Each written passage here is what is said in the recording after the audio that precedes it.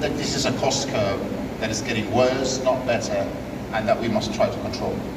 And then the data. So it's a bit abstract to say that data is going to be the driver of future capability, but this is the popular music of air power capability today. And I'll explain what that means towards the end of this short slideshow. So using your data as a weapon. Why is that important? Why do I have to do that? Right.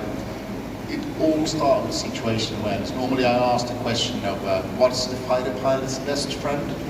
And it's not going to be the golf clubs or the household pet or anything else like that. It's going to be the time. So time to get the information, the data, so that you can make the right decisions. That time needs to be well enough, big enough, so that you can maintain your workload and make the right decision at the right time. And how do you get that time? Well, with situation awareness, your eyes and your ears. So if you don't have situation awareness and sensor data, then you know nothing, and then you will lose the fight. Coverage down to very low frequency, so that we can detect the modern surveillance radars that come out now, the modern airborne early warning control systems, which traditional legacy fighters can't do because they are outside of the frequency range. And that gives us the capability to also do electronic attack.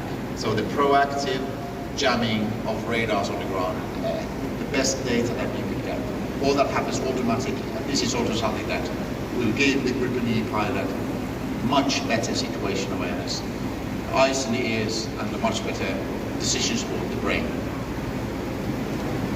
To give you that time I talked about, the best friend of the fighter pilot at the time, really important in future flight. So the network-enabled warfare, it's something that you read about, but what is it really and why is it important? So if you look at this grouping in the middle here, over the 40, 50 years of fighter business we've been doing, or everywhere in the world, you get this aeroplane in the middle. You use your own active radar to find those two targets up there on the top, and then you fire your missile, and you support that missile with data from your own sensor, active sensor. This is the way that people do it. Most air forces do it still today, but now this is all changing. Suddenly you are this Gripen here, and you are using your passive sensors. You're not emitting anything. So you get information from the other Gripens, maybe from a ship, maybe from an airborne early warning, maybe from a ground-based air defense surface-to-air missile site on the tactical data link. And the aircraft fuses all that data, gives you really high quality of situation awareness, where you now fire your meteor missile on those bandits or bogies up there. And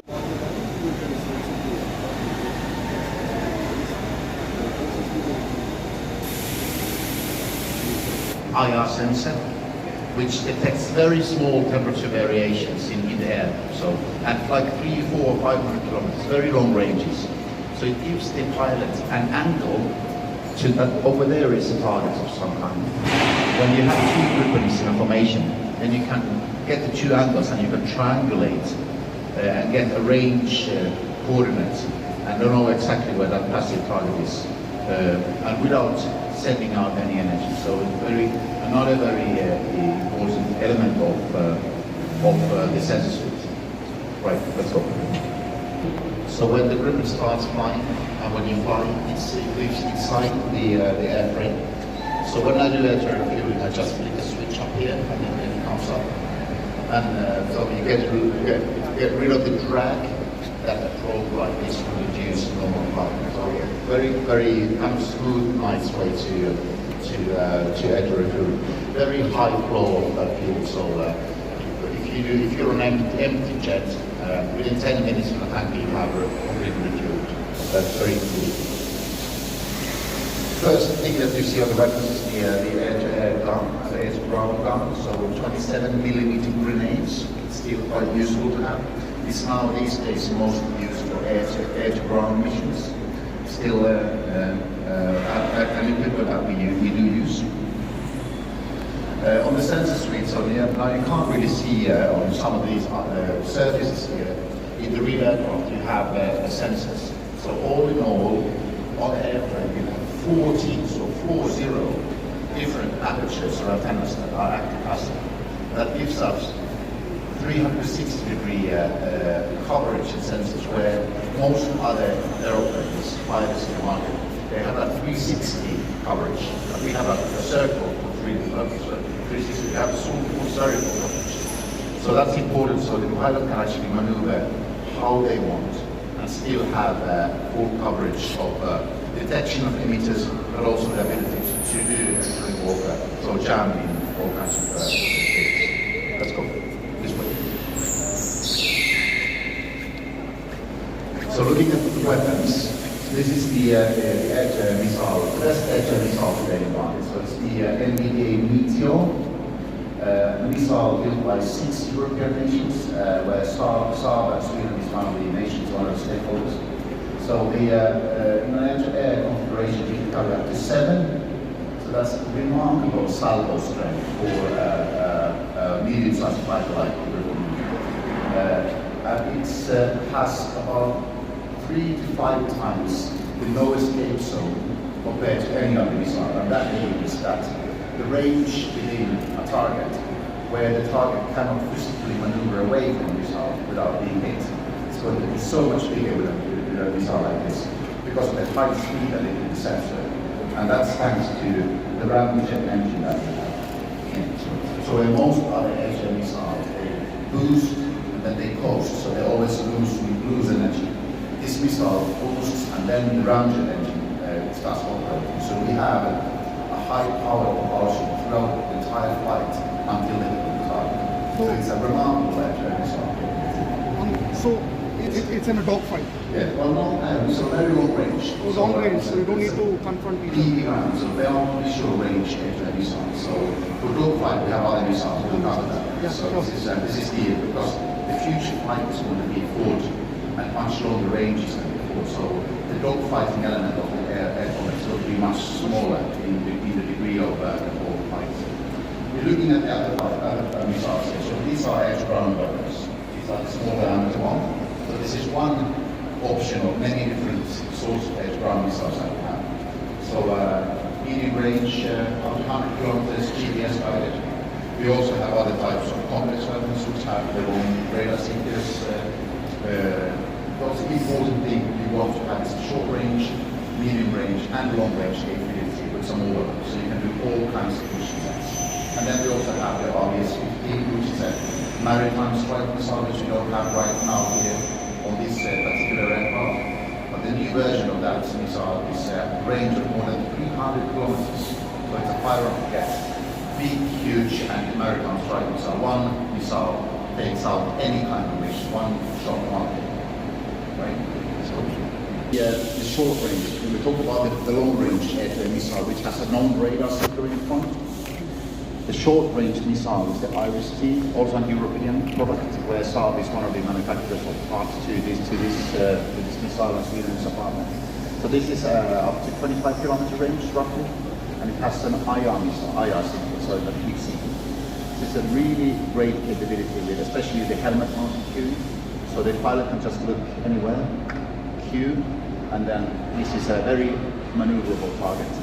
American missile, so it can essentially in benign cases target something that's actually flying behind you. So it's very maneuverable, very flexible missile has modern capability. Also new seeker, so that's it. Some of the countermeasures like flares that you have, it can handle. So new seeker technology, new IR technology that allows you to find targets even in a cluttered like a flare scenario. We carry 2 of these, so they're on the wingtips. But what I think on the wingtips is this huge, massive, we call them canoes, assembly here, which is, if you look at the previous versions of Gripens, this is where you can see some differences. Full with electronic warfare antennas, both in the rear and in the front. Gallium nitride, which is the new semiconductor, which allows you to have much higher radiating power in terms of radio frequency power, and with much less cooling, so that's what we use. Also, AESA technology, so very flexible in terms of you can angle the radar, jamming a beam, so you get that spherical coverage I was talking about. So very, very important kit. And we're talking about electronic warfare. It's really, for us pilots, three different missions. So it's the electronic support measures, which is the ability to identify, to detect, to locate emitters. And then the second one is electronic protection, which is kind of what we've been doing for 50 years since electronic warfare. So chaff flares, and various ways to protect ourselves from electronic missions. So also jamming. So we do jamming of radars that look at us. But also the third variant, which we now added into the capability suite of Gripen E, electronic attack. And what's that? So that's proactive jamming of radars on the ground, which most aircraft like F-16, F-18, F-18 Rafale, they don't have electronic attack capability unless you put on a pod. And also to be able to do that on the lower frequency band. So because most of the modern radars are now operating on lower frequencies than before. So you need to expand your spectrum in your electronic warfare suite to take those lower frequencies like L-band, that says like 1 to 2 gigahertz. So many of the modern Chinese, even Western surveillance radars are on that lower band. So in Gripen we cover all the way down to 1 gigahertz and a little bit less. So we have the ability to detect and jam those systems to do their electronic attack. So very important in the future fight. Chaff flares, but also electronic active decoys. So devices like small Coca-Cola cans, which you can dispense, and they jam incoming radars. So it's called like Leonardo Bright Cloud. So you can do that on 50-60 kilometers when you have the situation awareness. So you do very early countermeasures to protect yourself with these little small devices that do a lot of jamming against enemy radars and enemy missiles. That's the ability in the future to have that electronic active decoy capability. So we carry up to 600 packs of various countermeasures, which is about 10-fold more than Eurofighter, about 8-fold more than a Rafale. So we carry a lot with smart containers. We put on the airframe itself, but also magazines on in the rear end of the launches to be able to carry that much. Right. So if you go American, French, or many other aircraft design authorities, you are mostly bound, or sometimes only bound, to the weapon suite that they offer to their aircraft. But with us, we can do all kinds of nations, indigenous Indian weapons, and we are good at integrating, like Ken Talker said. We can talk about the avionics stuff right now already. So new ways of designing and building avionics. So where in every other aircraft over the year, and today we have a systems computer which is fully integrated. So it has all this, like it's like if you take an old mobile phone. Before the App Store and all that concept, you have all the different functions, but you can't really upgrade them because it's all been very integrated. But now taking the approach to the new design in Gripen E. So Gripen E is really like an iPhone. You can have the different apps. They are different tactical systems. They can be electronic warfare. They can be tactical data links. They can be communications. They can be weapon integration. So we have separated the flight critical, like the operation system, with the tactical system in the systems computer. So you can go into this tactical system and do this upgrade in a much more rapid way than you could do before. And this is unique for the Gripen E. All the other aircraft manufacturers are talking about this right now, but we are the only ones that have built a system like this until this day. So I will give the Indian Air Force or any other Air Force with their own programs and coders the ability to go and do those upgrades. And why is that important? Well, in the times when you go from peace to no peace, no war crisis into the kind of grayscale towards, God forbid, war, that's when all the enemy hostile emitters, radar frequencies, modulations and everything else will change.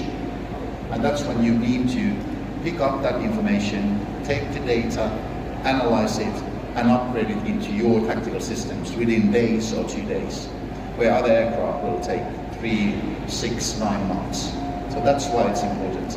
And we use a saying that we use your data as a weapon in this aeroplane, where others are not able to do it the same way today.